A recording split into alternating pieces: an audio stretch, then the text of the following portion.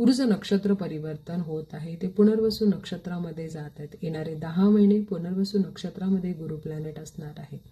त्यामुळे आपल्या आयुष्यामध्ये जगामध्ये काही परिवर्तन होऊ शकतं, काही गोष्टी होऊ शकतात. याबद्दल आपण काही गोष्टी सांगणार आहोत, प्रेडिक्शन करणार आहोत. याआधी आपण बघितलेलं की यावर्षी राहू, केतू, गुरु, शनी यांचे जेव्हा राशी परिवर्तन झालेले तेव्हा आयुष्यामध्ये जगामध्ये खूप साऱ्या गोष्टी झालेल्या आहेत. गुरु जेव्हा मिथुन राशीमध्ये म्हणजे बुध राशीमध्ये गेला म्हणजे बिझनेस रिलेटेड, तेव्हा तुम्ही बघितलं जगामध्ये खूप सारे बिझनेस रिलेटेड खूप मोठे मोठे चेंजेस झाले सुद्धा आहेत आणि आता सुद्धा आपण न्यूज ऐकत आहोत की अशा गोष्टी होतात. सांगायचा हेतू हा की काही प्रेडिक्शन जे असतात ज्योतिषशास्त्रामधले ते मानवी जीवनामध्ये आणि जगामध्ये काही घटना घडवतात. या आणि मागच्या काही दिवसांमध्ये तुम्ही सगळ्या गोष्टी ऐकल्या असतील, पाहिल्या असतील, त्यानुसार काही गोष्टी होतात. त्यामुळे पुनर्वसू नक्षत्रामध्ये गुरु जेव्हा जातो तेव्हा आपल्या आयुष्यामध्ये काय परिणाम होतो याबद्दल आपण सांगू. आता पुनर्वसू नक्षत्र हे मिथुन राशीच्या 20 डिग्रीपासून कर्क राशीच्या 20 डिग्रीपर्यंत हे नक्षत्र मानलं जातं.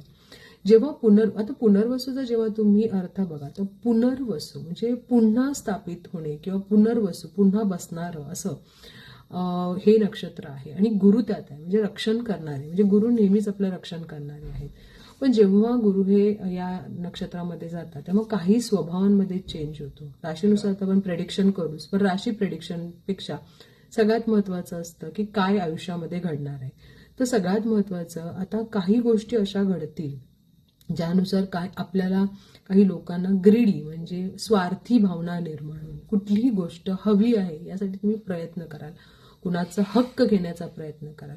काही गोष्टी अशा सुद्धा होतील की तुम्हाला ऑपोजिट सेक्स, मग स्त्री असतील तर त्यांचे मित्र किंवा म्हणजे पुरुष असतील तर त्यांच्या मैत्रिणी, घरामध्ये कोणी अशी लोक तुम्हाला इन्फ्लुएन्स करू शकतात आणि त्यांचा विचार घेऊन तुम्ही काही डिसिजन घेऊ शकता. ते डिसिजन तुम्हाला काही काळापुरते तर खूप त्रासदायक होऊ शकतात. त्यामुळे कुठलाही विचार करत असताना, कुठलेही डिसिजन घेत असताना फोकस करणे, शांत राहणे या गोष्टी सगळ्यात महत्वाच्या असतात.